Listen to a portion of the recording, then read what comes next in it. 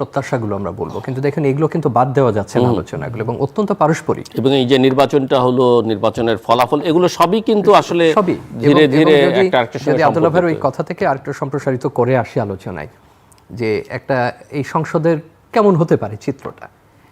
জামাতে ইসলামী তার জন্মের পরে এটাই তার সর্বশ্রেষ্ঠ রাজনৈতিক ফল, এবং যে কোনো ধর্মভিত্তিক দলের জন্য, আমি বিজেপির কথাটা বাদ দিচ্ছি সেটা আলাদা, এই দক্ষিণ এশিয়াতে যদি বলেন এটা অভূতপূর্ব, এটা আপনি এরকম দৃষ্টান্ত খুব একটা দেখাতে পারবেন না। সে তার সর্বশ্রেষ্ঠ পারফরমেন্স দেওয়ার চেষ্টা করবে সংসদে যাবার পরে। এবং ধরে নিন তার এখন পর্যন্ত আমরা যতটুকু কার্যক্রম সাইবার ওয়ার্ল্ডে দেখেছি, তার তৎপরতা, তাতে বিএনপি যদি তার কোনো বিষয়ে গণমাধ্যমে 10 ইউনিট প্রজেক্ট করে, সে তাহলে অন্তত তার 30 ইউনিট প্রজেক্ট করতে চেষ্টা করবে, সে দেখাতে চেষ্টা করবে আমি কত তৎপর।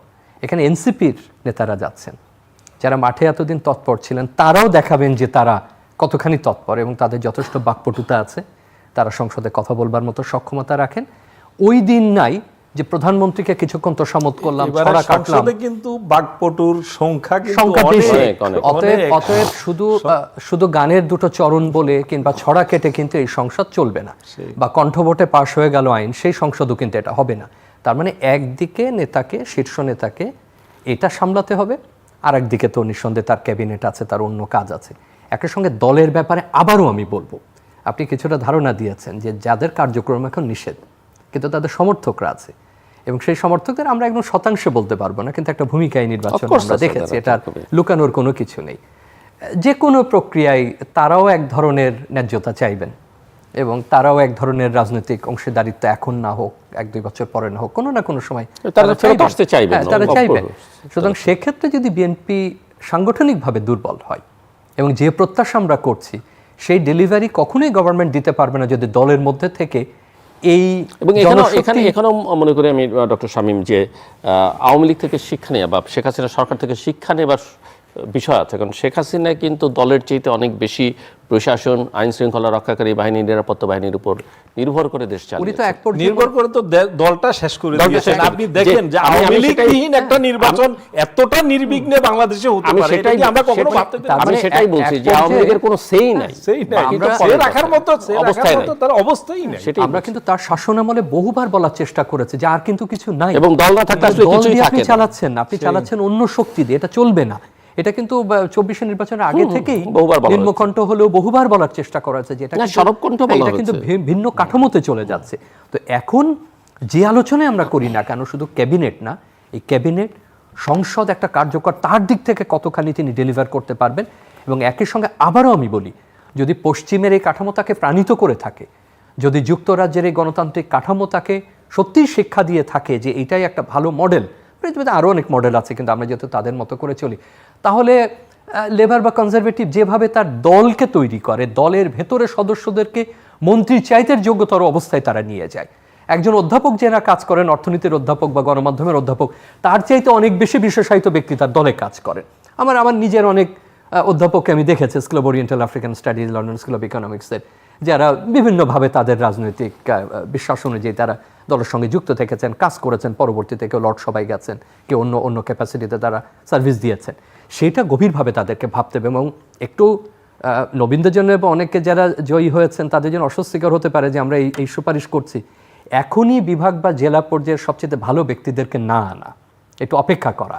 আমি এলাকার নাম না বলেও যদি বলি যে যেখানে অত্যন্ত বিপর্যয় ঘটেছে কিন্তু যারা টিকে থাকতে পেরেছেন তাদেরকে রাখা প্রয়োজন, সেখানে আরও সাংগঠনিক তৎপরতার জন্য প্রয়োজন হলে 1 বছর পরে আনা যাবে, 2 বছর পরে আনা যাবে, সেখানে অন্য কোনো ব্যবস্থা করা যাবে। জানি না আপনারা আমার সঙ্গে এগ্রি করবেন কিনা, বাংলাদেশের রাজনীতিতে অনেক সময় নিঃসন্দেহে সারা দেশের একটা ইনক্লুসিভিটির ব্যাপার আছে, গুরুত্ব দেওয়া আছে, কিন্তু লোকাল লেভেলের একটা লিডারকে আপনি ধীরে ধীরে ন্যাশনাল লেভেলের জন্য তৈরি না করে, ওই এক্সপোজারটা না দিয়ে তাকে যদি আপনি রাষ্ট্র পরিচালনার অংশ দেন, এবং সেটা আমরা শেখ হাসিনার শাসনামলে দেখেছি, বহু মন্ত্রী তার নামও কেউ জানতো না, এবং আসলে তো তাকে কেউ চেনেও না, চিনতো না।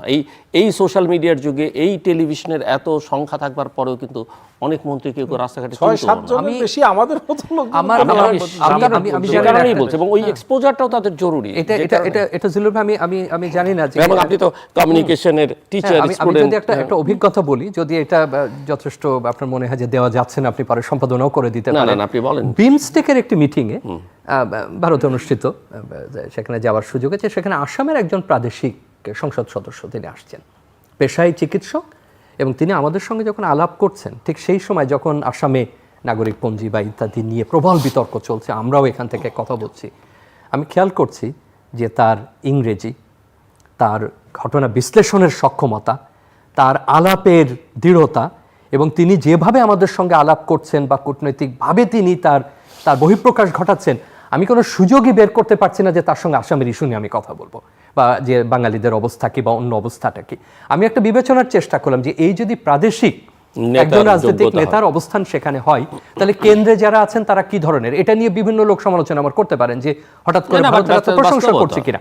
জিল্লুর ভাইয়ের কথা কিন্তু এক্স্যাক্টলি তাই, যে আমি কেন একটা উপজেলা পর্যায়ের একজন তরুণ নেতাকে এই পর্যায়ে তৈরি করব না, তাকে কেন বিশ্ববিখ্যাত দেখাবো না, তাকে কেন আন্তর্জাতিক এক্সপোজারে নিয়ে যাব না ধারাবাহিকভাবে, তাকে কেন জাতীয় পর্যায়ে তৈরি করব না।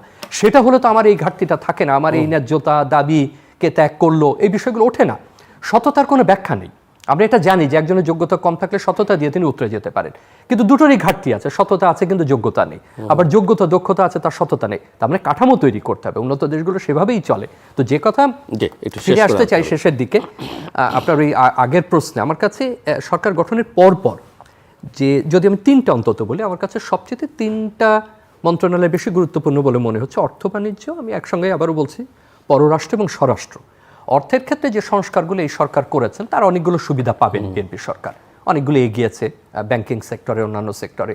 সেটা যদি কার্যকর করা যায়, এমনকি বাংলাদেশ ব্যাংক সহ, আমি মনে করি যে সেগুলো ভালো এবং বিএনপিকেও তার সুবিধা দেবে।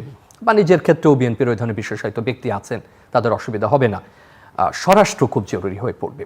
বিরাট একটা তরুণ জনগোষ্ঠী, চাইলে আপনার আমার প্রজন্মের উপরে যেভাবে হম্বিতম্বি করতেন পুলিশ অন্যান্যরা, সেটা সম্ভবত করা যাবে না। তাদের সঙ্গে হয়তো আলাপের ধারাটাই বদলাতে হবে পুলিশকে এবং অন্যদেরকে। এবং একই সঙ্গে মপতন্ত্রের যে আলোচনা আমরা এই কিছুদিন হলো করিনি, আমাদের তো প্রয়োজন হয়নি, কিন্তু সেটা তো চলে গেছে বলে আমরা ধরে নিতে পারবো না। অতএব পুলিশ কিভাবে সেটা মোকাবেলা করবে, স্বরাষ্ট্র মন্ত্রণালয় সেটা কিভাবে মোকাবেলা করবে, এটাকে আগের মতো সংহারী স্বরাষ্ট্র মন্ত্রণালয় হবে নাকি জনবান্ধব স্বরাষ্ট্র মন্ত্রণালয় হবে, খুবই গুরুত্বপূর্ণ হবে এটা। পররাষ্ট্র, সবাই বলতে পারে পররাষ্ট্র তো গুরুত্বপূর্ণ, এটা অন্য ধরনের গুরুত্বপূর্ণ। পররাষ্ট্র মধ্যে আগেই বলেছে যে প্রতিবেশীর সাথে সম্পর্ক কি হবে, চীন এবং বৈশ্বিক বাস্তবতা, আপনি অর্থনীতির বিবেচনা করলেন। আর যদি খুব দ্রুত দুই তিনটা খাত বলে এক লাইন করে, আমার কাছে মনে হচ্ছে পুলিশ পুনর্গঠন একেবারে প্রথম 6 মাস থেকে 1 বছরের মধ্যে তার বড় কাজ হবে। শিক্ষা স্বাস্থ্য একেবারে, এইবার আমরা বারবার হতাশা প্রকাশ করেছি, শিক্ষা স্বাস্থ্য তাকে অন্তত 1 বছরের মধ্যে একটা দৃশ্যমান অগ্রগতি দেখাতে হবে, এবং এই 5 বছরে তাকে আমলাতন্ত্রের বিষয়ে একটা ভালো, এবং আমি মনে করি ডাইনামিক শব্দটা বলি, যেটা আমলাতন্ত্র উপকৃত হয়, রাষ্ট্র সরকার এবং একই রকম এটা আমি মনে করি এটা মিলিটারি ব্যুরোক্রেসি, সিভিল মিলিটারি ব্যুরোক্রেসিকে পার্মানেন্ট একটা